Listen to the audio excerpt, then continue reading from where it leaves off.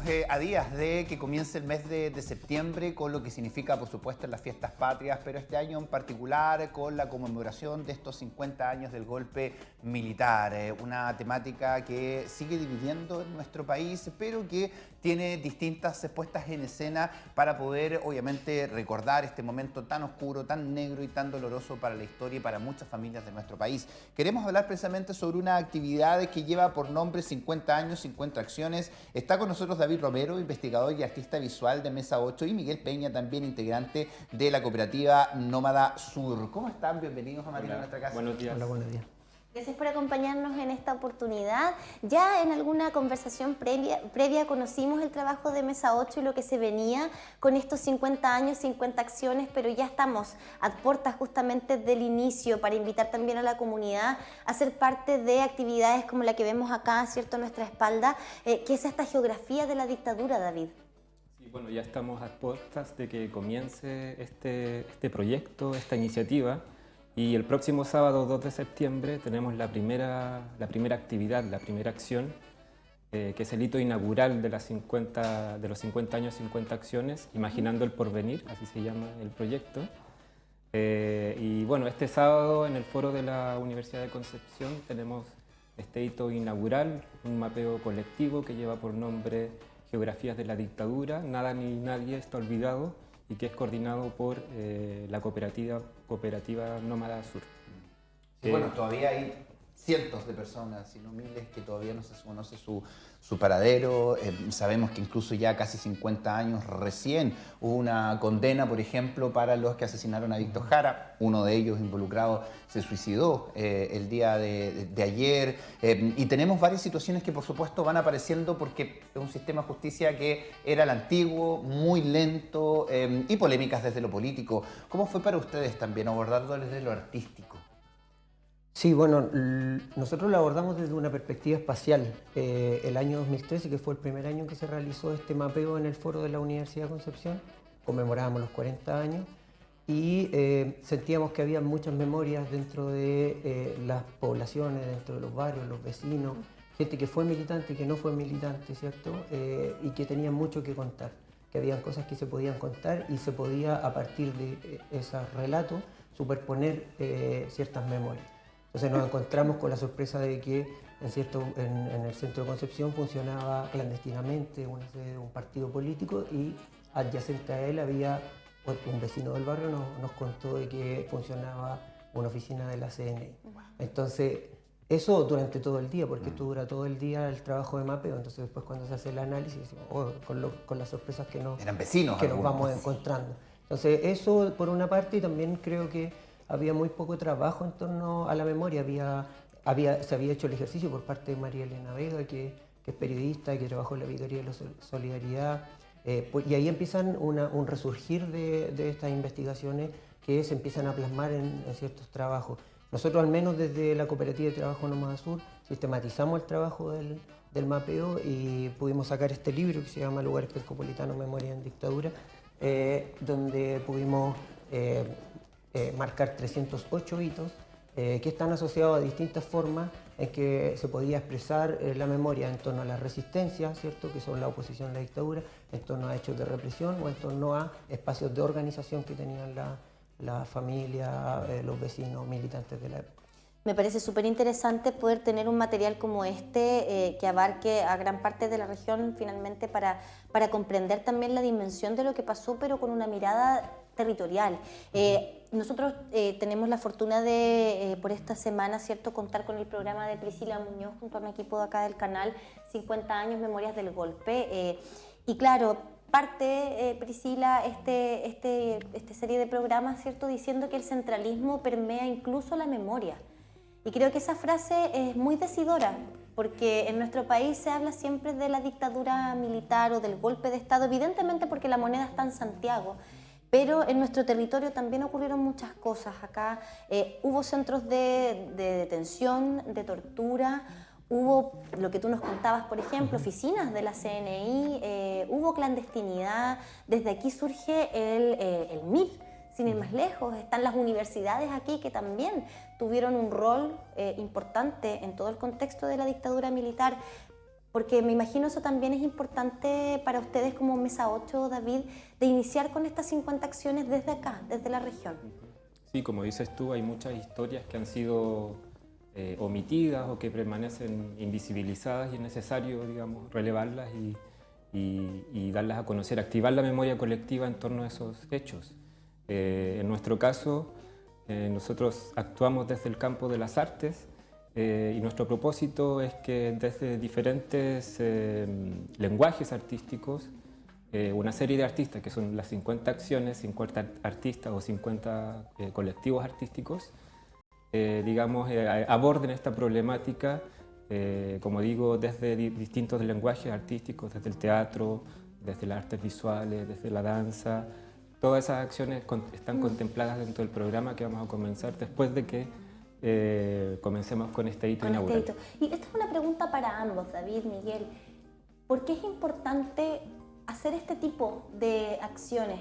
Porque también quizás muchas personas que hoy día nos acompañan en esta entrevista a través de las pantallas del canal dicen, bueno, ¿por qué ahondar en una herida tan profunda y tan dolorosa?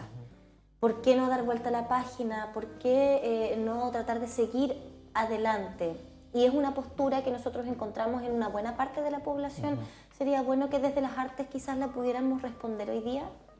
Sí, a mí me parece que lo primero que tenemos como deber como sociedad es conocer sobre estos hechos, porque de una u otra forma de ahí se aprende y de ahí partimos, ¿cierto? Es difícil empatizar con el dolor de las personas, de los familiares detenidos desaparecidos, si no se conoce su historia, podemos acercarnos a estas personas y vivenciar el dolor no solamente de la desaparición de un familiar, sino también de el que hasta el día de hoy no tengan justicia. Entonces eso para nosotros es importante relevarlo como colectivo, como cooperativa, y también ofrecer este espacio no solamente de carácter expositivo, donde nosotros entregamos una cierta cantidad de información, sino también de carácter participativo, donde las personas de las organizaciones de derechos humanos están invitadas a ser parte de esto y a entregarnos parte de esa información. Este año, por ejemplo, vamos a tratar el tema del exilio, que es un tema que no se habla mucho. ¿Hacia dónde fueron los chilenos que se fueron del país? ¿Cuáles fueron las redes de solidaridad que se activaron? ¿Cuáles fueron los años donde más chilenos salieron exiliados? Y perdón, me imagino también abordar las diferencias también de las condiciones del exilio. Efectivamente. Muchos fueron invitados a dejar el país en algunas condiciones, ¿cierto? No tan desfavorables si se quiere. Otras personas tuvieron que huir, escapar en clandestinidad. Sí. Gracias a la ayuda de personas en el extranjero que los mandaban a buscar básicamente. David, ¿por qué es importante este tipo de acciones? Es importante porque, como dice Miguel, creo yo que para avanzar, para mirar hacia el futuro, no tenemos que dejar atrás el pasado. O sea, siempre debemos estar con nuestra actitud, nuestro pensamiento en torno a la memoria colectiva. Y bueno, uno lo puede ver con lo que ocurrió en la dictadura, pero lo que ocurrió después de la dictadura, hay muchos temas que no están resueltos, que están pendientes, esas heridas que siguen ahí lacerantes, y son conflictos que no hemos podido resolver y que explican un poco también las crisis políticas que hemos tenido este último tiempo, por ejemplo.